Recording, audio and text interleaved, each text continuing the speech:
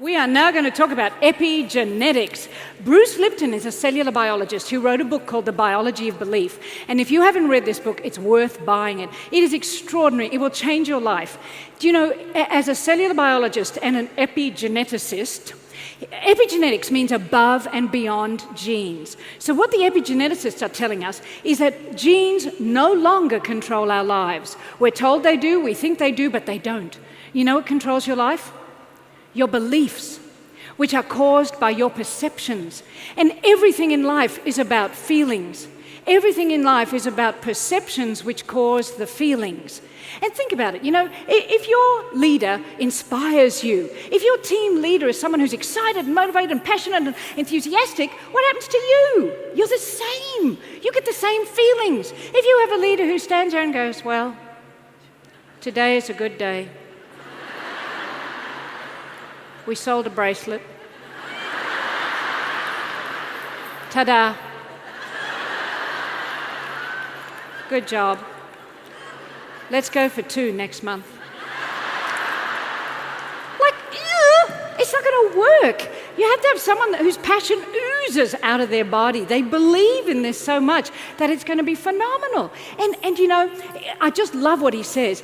Chapter 2, oh, by the way, if you have a family history of, you know, I don't know, breast cancer or some other form of cancer, do not sit there and go, I'm a goner. That's it. Oh, I'm next. That's me. Because if you believe that, it will happen. You can turn genes on and off with your beliefs. You know, in primitive cultures, have you heard how they have witch doctors? And a witch doctor, have you heard of pointing the bone? Go like this. No, you haven't. Okay, so in primitive cultures, they have witch doctors, and they have this belief that if the witch doctor points a bone at you, you will die. No question, you will die. A perfectly healthy person will be dead within 3 days if they believe when a witch doctor points a bone at them, they will die. Perfectly healthy person, 3 days, if they believe they're going to die. So please, please, will you believe that you will stay well? But you have to believe it right in your core. It has to come from your heart and your stomach. And you know, the Aboriginals, the Australian Aboriginals, they believe that we got 3 brains. This brain, the heart brain, and the stomach brain. And they think true wisdom comes when the stomach brain overlies the heart brain. Isn't that true? Isn't that beautiful? You know, when you have a gut feeling, overlay it with your heart where real wisdom is, and it's amazing how wise you will become. So back to epigenetics. Now, he tells us that with all these beliefs, there's 5,000 people in this room. You're all going to look at me and see exactly the same thing, and you will walk away with 5,000 different perceptions of what happens. Some of you will come up to me afterwards and say, I just loved what you said about blah, blah, blah, and I know I didn't say blah, blah, blah. But you heard it, so for you, that is reality. And you need to know that when you're working with other people, because you're not dealing with reality, you're dealing with their reality, which is very different from your reality, but it is reality for them.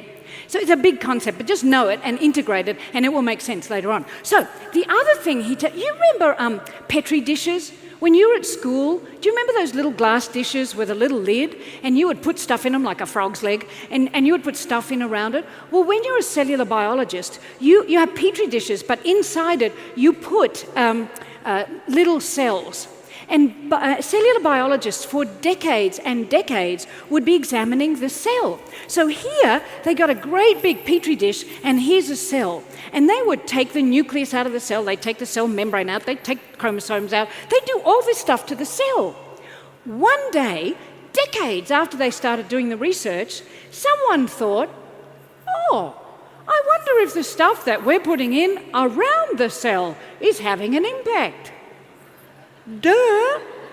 And you know what he calls that chapter? It's chapter 2. He calls it, It's the Environment, Stupid.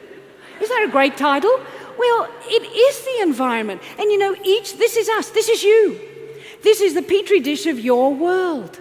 And there are 2 things going on. What is appearing in this world around you? Is it positive? Is it negative?